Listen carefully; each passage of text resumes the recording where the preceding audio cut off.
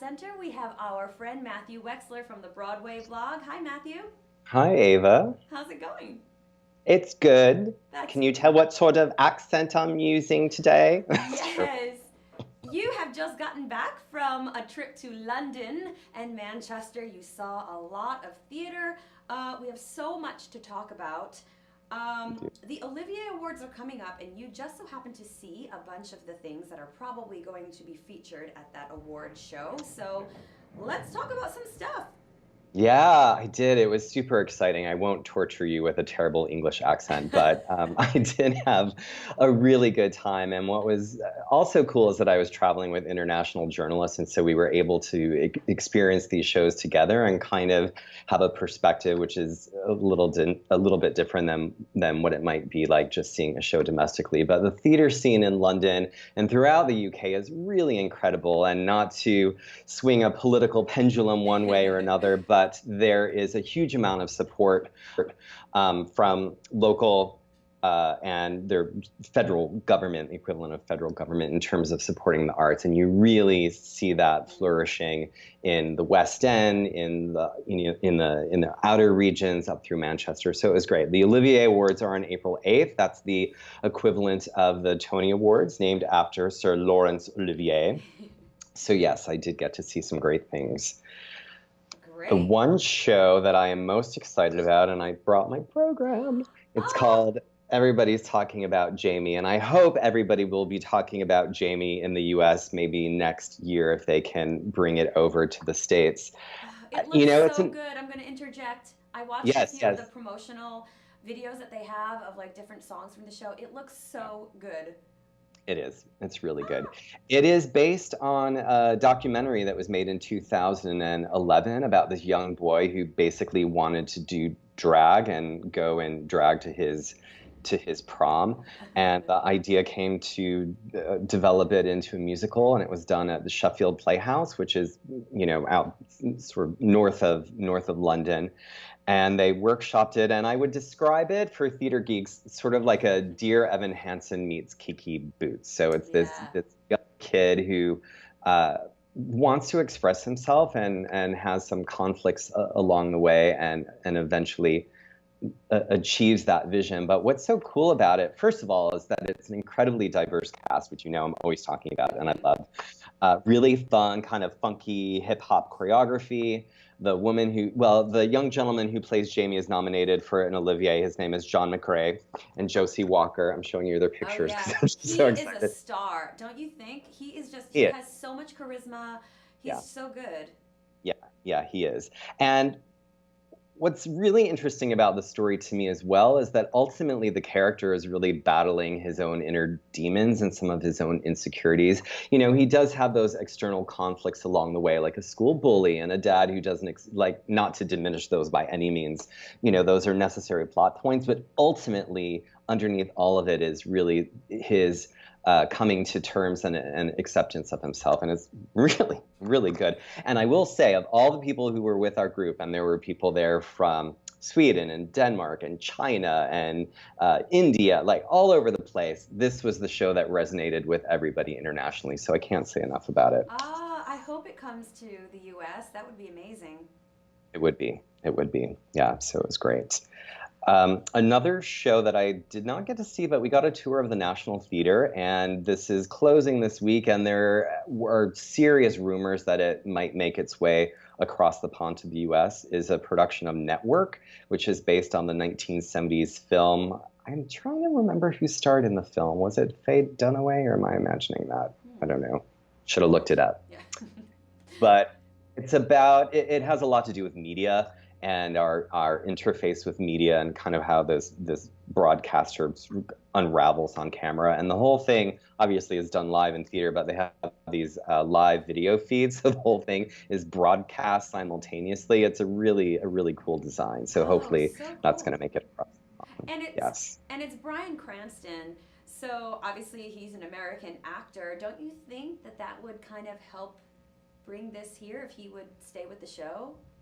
Could be. Could be. I mean, it got raves, Yeah. and yeah, so there's always a lot of intricacies from a business perspective in Yeah. terms of bringing a show over to the US, and likewise for shows to go from New York to the UK as well. There's reciprocity between the unions and whatnot. So there's Yeah. a lot of legal mumbo jumbo to iron out. Mumbo jumbo to work through, yes.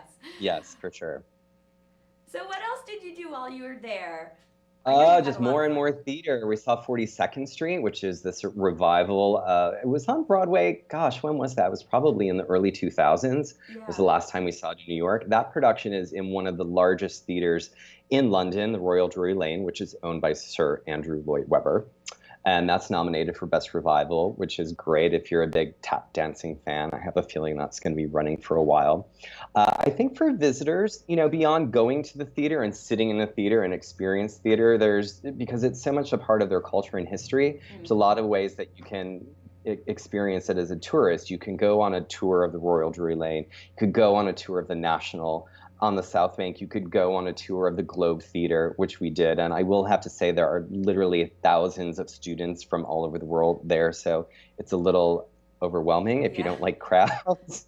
You might want to have a pint before you undertake To that. ease the nerves a little bit. Yeah, that sounds intense. Yeah, yeah, but there's a lot to experience, and if you're really into the technical aspect of theater, you can take the train just outside of the city. It's about a 15 or 20-minute ride to Angels Costumes, and Angels has been Mm. around since the mid 19th century, and they have costumed shows in London, and they've worked on Broadway shows like Wicked, and lots of TV shows like Downton Abbey and Right. feature films like Shakespeare in Love, and you can get a tour and see these amazing craftspeople doing their work. It's like miles upon miles upon miles of costumes. It is insane. So you actually get to peek in and watch them working on cost like it's a person zoo? Yes. Yeah, totally. No, That's I mean you actually amazing. Oh like my god, I walk would through. love that. Yeah, you're not allowed to take photos because a lot of things are being built for things that are in Right. production. So they're very strict on that regard, but Right. lots to look at for sure. Oh, that sounds fun. Yeah, yeah.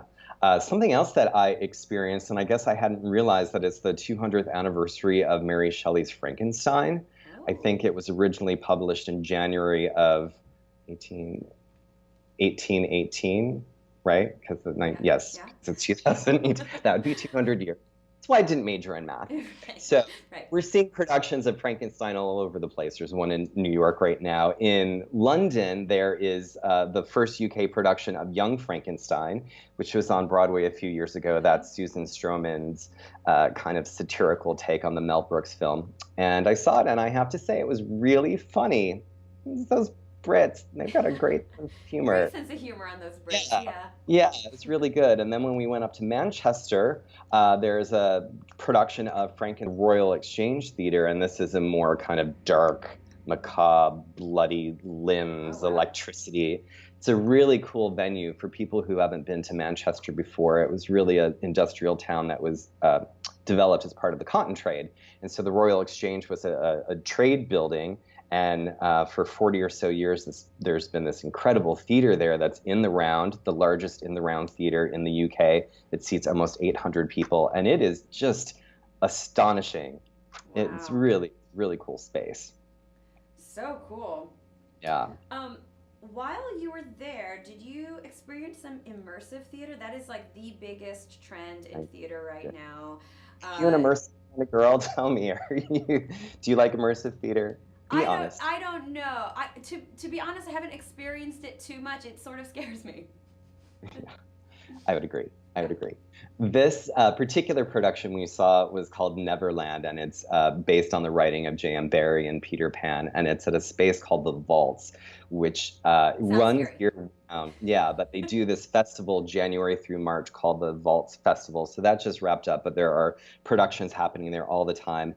And if you're a millennial or just kind of cool or adventurous, this is definitely some place that you want to check out. Tons of great graffiti, and there's some food and beverage installations in there. This production was sort of what you would expect. People kind of like running around with swords and piratey kind of things, and Sure. whisking away to certain areas, and some production numbers. It was a small ensemble of about 7 actors. It was cool. I can't say personally that I'm totally into the immersive theater Mm. thing, But I will say that if you want to dip your toe in it, this is definitely a venue that you should check out if you're visiting London. Yeah, immersive theater is like it's tricky because if the way that the show is set up adds to the experience, that makes it a really great, immersive theater experience. But if it just seems like you're taken out of the show because people are running around you and stuff, Yeah. it can be hard to pull off effectively, I Yeah. think. And I think a good thing for audience members to keep in mind if some of our viewers haven't been to an immersive show, you're not having a linear experience. So it's Right. not like there's a definitive sort of plot line. It's really experiential, and you're kind of pulling some experiences from a lot of different places. So it's probably helpful that you're either familiar or really interested in the source material, like Sleep No More, which is based on Macbeth, Mm. has been playing at the McKittrick Hotel here in New York for years, and people go crazy for it. I think it probably can only help the experience if you have an idea of what you're watching before you Right. walk in. Right. If you're a little clued in. Yeah, yeah, Okay, so now you're back in New York. I am. Let's talk about some things going on. I love your title for this section is Standing Ovation or Oh No. So we got some hits and misses. What's going on over in Broadway? Well, I saw Escape to Margaritaville Uh-huh. last week, which is the big Jimmy Buffett musical. It's the first show of the year, not of the season, but of the year, to the first new musical to open. And, I got mixed reviews. I reviewed it for the Broadway blog, and it skewed a little bit negative. I will say, though, if you are an actorly kind of fan and you really like to go and see certain performances, Lisa Howard, who I've loved for many years as a performer, is really terrific. So, it's a simple plot. These two women go to this island for a bachelorette party and they fall in love, and not with each other, although that could happen too. Right. Um, That'd be interesting. More That'd be interesting maybe. that would be a different show, Yeah. with some guys that they meet. But Lisa plays this woman who's engaged, so it's her bachelorette getaway, and the guy that she's engaged to is sort of body shaming her and really not very nice. And she meets this guy on the island, and I love that storyline. She was in It Should Have Been You on Broadway a couple years ago. Mm-hmm. She was in the original company of 25th Annual Spelling Bee, the William Finn musical. Right. She's quite talented, and I love that she is featured prominently, Yeah. in a leading role in a musical, and she's not a size zero, Yeah, and this right. story is really empowering. All that being said, there's a lot of margaritas being shaken and poured at that theater. There's a lot of beach balls falling from the rafters. It's, yeah, That yeah, sounds fun this time of year. We're getting another snowstorm tomorrow, it's even true. though it is officially springtime. So it Yeah. might be nice to go and get a little summer vibe. Yeah, absolutely. Another show that's opening this week, and we talked about it, maybe it was last month when I interviewed Casey Levy. Yeah. I have another, I'm all about visual aid I today, love right? it. Yes, this is great. I saw Frozen. I cannot say too much because it doesn't open officially until Oh, Thursday. So okay. I have to respect my journalistic integrity. But I will say this, uh, Casey is great. And then the woman who plays Anna, because it's the story of the two sisters, her name is Patty Murrin, and she's fantastic. So you might think, this is just a little teaser, you might think that it's Elsa's story, but Anna's the one to watch in Frozen. Yeah, Interesting. How she's is really, the music? Because I know the Disney movie only had about 7 songs, I think, and they right. wrote, I mean, probably 20 songs to fill in. So how does the music integrate with each other? That's always my question in situations like this. Do they seem to fit together, or do they, you know? Totally does. Yeah, Oh, it's written by cool. Kristen Anderson Lopez and Robert Lopez. Those are the couple that wrote the music and lyrics. And so, of course, you have Let It Go and Do You Want to Build a Snow? Right. Those few songs that are famous from the film. And then there's a lot of other additional material. And I think it's very fluid. There is kind of this funky number at the beginning of Act Two. Do you know what hygge is, which is the Scandinavian term for kind of like being warm and cozy? We've seen it a lot in the travel sector. Articles have been written in Bon Appetit and Travel and Leisure about this idea of hygge. It's Okay. just fun to say. So there's a whole hygge number at the beginning of Act Two. So that goes a little off the skating rink a little Okay. bit, but I can't say more than that. You'll read, go to the blog, and there will be a review Thursday night. So Right, right. Oh, we will. Oh, that's so exciting. I know Frozen on Broadway is going to be, it's going to be big. I have a feeling. Yeah. Yeah, I mean, there, if you go to the website in terms of the availability for tickets, you might be able to snag a pair here or there, but most of the availability isn't until the end of the summer. So Yeah. clearly, it's popular, and I think it'll appeal to adults and children alike. I think adults will find aspects of it certainly entertaining for Right. sure.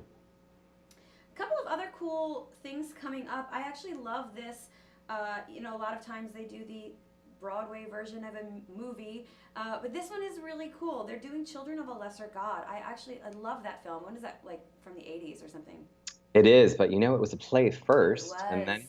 film, and then it now so they're reviving the play, and it's a Ah, ha, story of ha. this woman that works in this education facility, and she's deaf, and um, a teacher kind of embraces her and really helps her come out of her shell and learn to communicate with the world. And I love my little bit of trivia. So John Rubinstein was the original male lead in that show, which I didn't realize until I was doing my research because I know John's work as the original Pippin, the Mm. original production of Pippin. And he won a Tony Award for Children of a Lesser God. Oh, So it's good. wow. Yeah. Maybe I should have done some research too. Well, that's what I'm here for. Okay, great. Yes, you're the Yeah, expert. Um, absolutely. and then we also have Mean Girls coming. I What do you know. know Are you a about fan this? of the This is so movie? I cool. need to watch it again. Yeah. Mean Girls is one of those movies that if I happen to catch it, on TV, it doesn't matter where it is in the film, I have to watch it. Exactly. Yeah. Exactly. I think it's going to be really fun. I don't know, I haven't heard too much buzz about it. This is the time of the year when everything is opening in New York between now and the middle Yeah. of April before the Tony Award nomination. So it is a little frenetic in the theater district. But there's a lot of great buzz. And I think what's most intriguing about this show for theater insiders and for audiences as well is that the book is by Tina Fey. And she is a smart, strong woman. And so I think it's going to have a really great, sharp, kind of acerbic wit to it, and hopefully some really good music as well. Yeah, absolutely. I love that. Well, Matthew, we had so much to talk about today. Thank you so much for being here today and giving us some news and tips here. Um, that is my show. Thank you so much. We will definitely have you back soon, and you can get us all informed on the new shows happening. I know that, like you said, there's going to be a lot going on. So happy to talk about that again soon. Yeah, I look forward to it. Lots of new theater news to report the next time we get together. Absolutely. And you can check out the BroadwayBlog.com or get all the information on GoLocalProv.com. And that is my show for today. Be sure to check out Kate Nagel at 4 o'clock with news and politics, and I will see you next time.